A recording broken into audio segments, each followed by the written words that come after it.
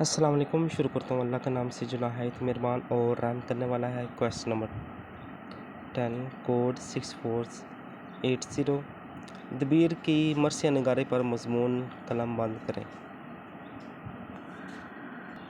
اردو ادب میں مرثیہ نگاری ایک اہم اور منفرد صنف سخن ہے جو خاص طور پر کربلا کے ثانیہ سے وابستہ ہے جذبات و واقعات کی عکاسی کرتی ہے. اس صنف کو عروج پر پہنچانے والے دو عظیم شعراء جن میں میر انیس اور مرزا دبیر شامل ہیں.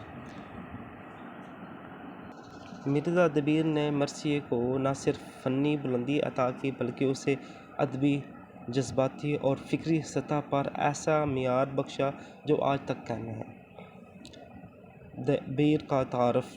دبیر کا تعلق لکھنؤ کے ایک علمی ادبی خاندان سے تعلق تھا. وہ کم عمری سے ہی شاعری کی طرف مائل تھے مگر جلد ہی انہوں نے مرثیہ نگاری کو اپنی شناخت بنایا. ان کی شاعری میں مذہب، تحریک، فن اور جذبات کا حسین امتزاج ملتا ہے. دبیر کی مرثیہ نگاری کی خصوصیات. نمبر 1، موضوع کی وسعت. دبیر نے مرثیے کے دائرے کو صرف کربلا کے میدان تک محدود نہیں رکھا بلکہ اس میں اخلاق، شجاعت، قربانی، وفاداری اور صبر جیسے موضوعات کو بھی شامل کیا. ان کا مرثیہ انسانی جذبات کا آئینہ ہوتا ہے. نمبر 2، زبان اور اسلوب. دبیر کی زبان نہایت فصیح، شائستہ اور دل نشین تھی. انہوں نے فارسی اور عربی الفاظ کو اس مہارت سے استعمال کیا کہ مرثیہ ایک بلند پایہ کلاسیکی صنف بن گیا. ان کا انداز بیاں پر اثر، سادہ مگر ادبی عظمت کا حامل ہوتا. نمبر 3، منظر نگاری. دبیر کی منظر نگاری مرثیے کی جان ہے.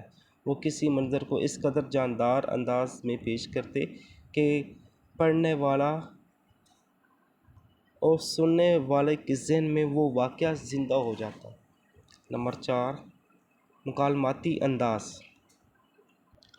دبیر نے مرثیے میں مکالمے کا خوبصورت استعمال کیا ہے. امام حسین، حضرت عباس، حضرت علی اکبر اور دیگر کرداروں کے مکالمے جذبات کی شدت کو بڑھا دیتے ہیں اور پڑھنے والے کو واقعات میں شامل محسوس کرواتی ہیں.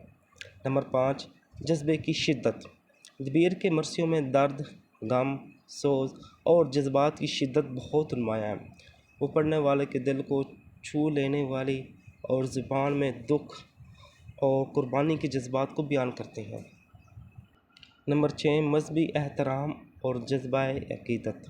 دبیر کی مرثیہ نگاری صرف ایک فنکار نہیں بلکہ ایک مذہبی، روحانی اور عقیدت پر بھرپور عمل تھا. انہوں نے اہل بیت کی مدح اور کربلا کے واقعوں کو نہایت عقیدے سے پیش کیا. میر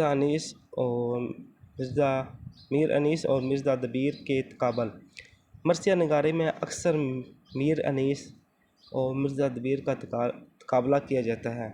انیس کو جہاں جذبات کی شدت اور شاعرانہ وسعت میں فوقیت حاصل ہے وہیں دبیر کو فنی نزاکت، منظر کشی اور زبان کی شائستگی میں بھی بلند مقام حاصل ہے. دونوں نے اردو مرثیے کو ایک عظیم ادبی صنف میں بدل دیا.